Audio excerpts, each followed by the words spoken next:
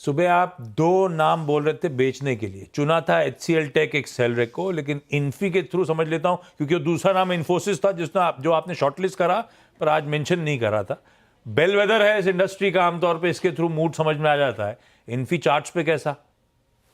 अक्षय जी, देखिए इन्फी में कल एक सीरियस ब्रेकडाउन हुआ और जो पैटर्न हम देख रहे हैं वो है head and shoulder price formation. At the same time कल इसने इन्फोसिस ने 200 डीएम में भी तोड़ा and that raises the concern with the rise in volume.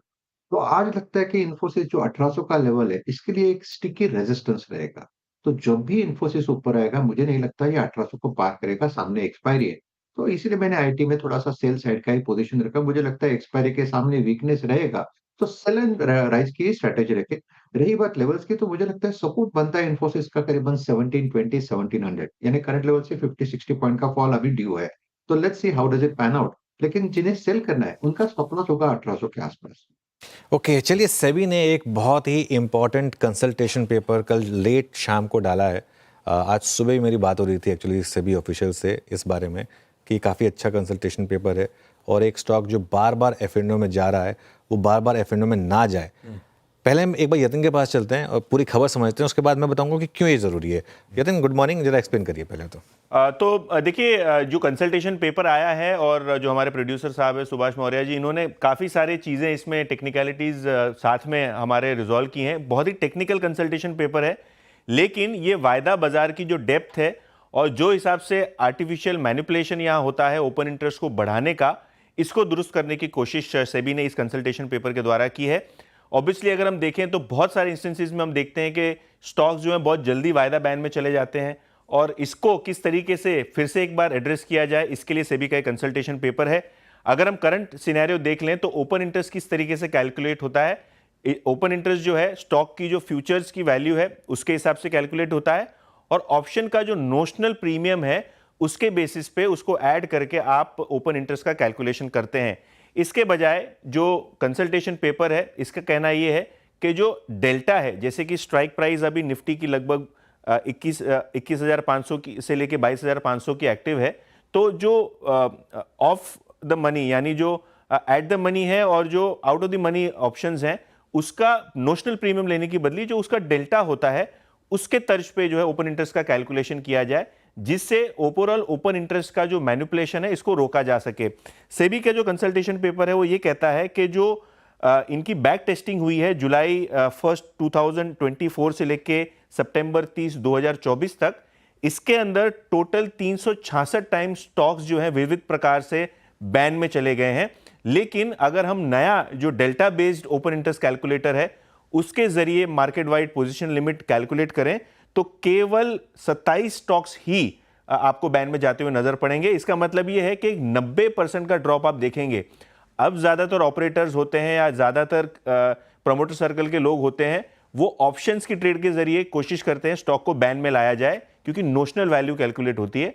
अब इसकी बदली डेल्टा वैल्यू कैलकुलेट होगी, जिसके कारण ओपन इंटरेस्ट का बढ़ना बहुत ही कम हो जाएगा और जो वायदे बाजार में जो स्टॉक बैन में चले जाते हैं बार बार, इनको रोका जा सकेगा। सो ब्रॉडली सेबी को लगता है कि मैनिपुलेशन के जरिए बहुत सारे स्टॉक्स बैन में चले जाते हैं, लेकिन अब नए कंसल्टेशन पेपर अगर इफेक्ट में आ गया तो ये जो मैल प्रैक्टिस बंद हो जाएगी, एफ&ओ मार्केट का डेप्थ बढ़ेगा और ओवरऑल इन्वेस्टर का जो रिस्क मैनेजमेंट है वो बेहतर आपको होता हुआ नजर पड़ सकता है। बिल्कुल, बहुत ही शानदार है ये कंसल्टेशन पेपर और जो सेबी के जो डायरेक्टर इस पर काम कर रहे हैं, मेरी उनसे बात भी हो रही थी और मैंने उनसे भी बात कही थी कि ये थोड़ा टेक्निकल है, तो थोड़ा सा इसको समझने की ज़रूरत है।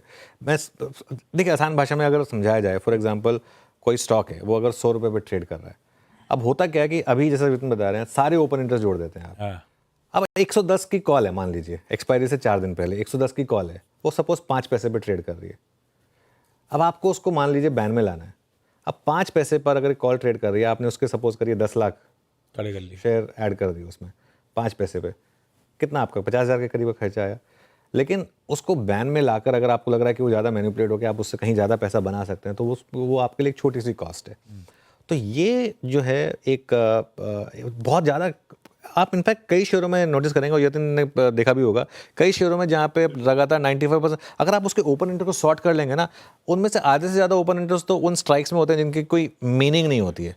और अभी अभी जैसे अनुज, जैसे कि आपने बात छेड़ी ना, मन्नापुरम आप देख लीजिए, इतना न्यूज़ फ्लो आ रहा है मीडिया में कि डील होने वाली है, डील होने वाली है, और ये स्टॉक वायदे में बैन में है, तो ना प्राइस डिस्कवरी हो पा रही है, ना कोई ट्रेड कर पा रहा है, ना कोई हेज कर पा रहा है। Exactly. मैं ऐसा नहीं कह रहा हूं कि मैनिपुलेटेड है, मैनिपुलेटेड हो सकता है, लेकिन जो ऑप्शन है उसके जरिए ज्यादातर मन्नापुरम का ओपन इंटरेस्ट जो है वो आपको बढ़ा हुआ लगता है। तो अगर ये डेल्टा फॉर्मूला आ गया तो वो मैनिपुलेशन करना का कॉस्ट लगेगा। जैसे आप कह रहे हैं ना कि 10 लाख ऑप्शन ले लिए 5 पैसे पे, तो 50,000 की कॉस्ट में काफी सारी चीजें आप कर सकते हैं, लेकिन अब ये करना मुश्किल होगा। बिल्कुल, तो उसको फ्यूचर की तरह ट्रीट किया जाए बेसिकली, अगर आप सिर्फ उस ओपन इंटरेस्ट को क्रिएट कर रहे हैं तो ये काफ़ी इंपॉर्टेंट है। ध्यान रखिएगा, अभी तो एक कंसल्टेशन पेपर है, लेकिन एक शानदार कंसल्टेशन पेपर है, और बैन में इस तरीके से जाते हैं स्टॉक्स तो जैसे यतिन ने कहा बहुत टफ हो जाता है। हमने एक बार कल्याण ज्वेलर का एग्जांपल दिया था, मन्नापुरम का भी मैंने एक बार पहले एग्जांपल दिया था, हालांकि वो एक अलग चीज़ के लिए दिया था उसका एग्जांपल, लेकिन उसमें यही होता है कि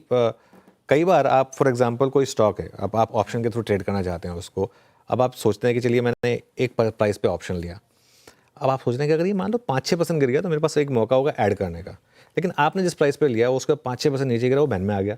अब आप वहाँ पे एवरेज नहीं कर सकते, चलिए ठीक है एवरेज नहीं कर पाएंगे, आप सोचेंगे लेकिन अगर यहाँ से और गिर गया तो चलो एटलीस्ट मैं अपने आप को हेज कर लूँ। आप हेज नहीं कर पाएंगे, आप करेंगे क्या, अपना सौदा फोड़ देंगे, कोई ऑप्शन नहीं बचेगा आपके पास। अगर लेकिन स्टॉक बार बार बैन में नहीं आ रहा है तो एटलीस्ट आप एक इस नॉलेज के साथ फिर उसको एटलीस्ट हेज कर सकते हैं उसको, या फिर एवरेज कर सकते हैं। ये 2-3 चीज़ें आसान शब्दों में रेलेवेंट स्ट्राइक प्राइस के ओआई का ही कैलकुलेशन हो रहा होगा एफएनओ कर्व के स्टॉक्स को आइडेंटिफाई करने के लिए। बिल्कुल, देखिए मेरा ये मानना है कि ये होने के बाद एफएनओ बैन में आने स्टॉक्स जो है ना वो बंद हो जाएंगे, फॉरगेट अबाउट कम आएंगे। मेरा तो मानना है कि बंद हो जाएंगे। आशीष चतुर्मोता भी हमारे साथ, उनसे बात करते हैं। आशीष चतुर्मोता जी ऑफकोर्स अब एक पोर्टफोलियो मैनेजर हैं, लेकिन इक्विटी मार्केट, डेरिवेटिव मार्केट पर भी एक अच्छी पकड़ रखते हैं।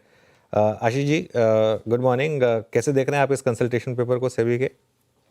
गुड मॉर्निंग अनुज। तो देखिए बहुत ही शानदार कंसल्टेशन पेपर है जिसमें बहुत ही बारीकी से मैं समझता हूँ जो डेरिवेटिव्स मार्केट के अंदर जिस तरह के एक कहीं ना कहीं जिन चीजों को यूज करके कहीं ना कहीं मार्केट के अंदर में जो position market wide position limit को बढ़ाया जाता था, यह एक तरीके से आप समझे कि एक इफेक्टिव फ्यूचर की जो पोजीशन थी वो कभी भी हम इस जो MWPL जो करंट कॉन्सेप्ट है MWPL का वो हम नहीं देख पाते थे। और हम जब अपने एनालिसिस के लिए या हमारे पोजीशनिंग के लिए जब हम बात करते थे तो हम हमेशा एक इफेक्टिव फ्यूचर की बात करते थे। वो अब मेरे हिसाब से इस कैलकुलेशन की वजह से आएगा।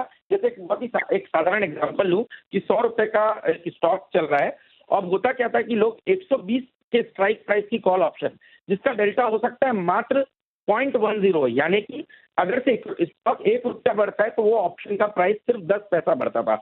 अब हुआ ये कि जब आप अभी current market wide position limit ले रहे थे तो इस 120 की कॉल ऑप्शन में जितनी पोजीशन आपने ली ये भी आपके मार्केट वाइड पोजीशन में ऐड हो रही थी, जबकि इसका इफेक्टिव जो इम्पैक्ट था वो मात्र 10% का था, पर इसका करंट कैलकुलेशन में 100% यूसेज हो रहा था। तो मेरे हिसाब से बहुत ही बढ़िया चीज हो गई जिसकी वजह से इफेक्टिव पोजीशन सही होगी, और जो मार्केट मैनिपुलेशन का भी एक चांस था वो अब कम होगा। तो मेरे हिसाब से अब स्टॉक जल्दी MWPL में नहीं आएंगे, जिसके चलते कोई भी रिसेंट एक्टिविटी हो रही है, कोई भी बड़ा उसमें एक्शन हो रहा है तो उसको मार्केट पार्टिसिपेंट सही तरीके से प्ले कर पाएंगे।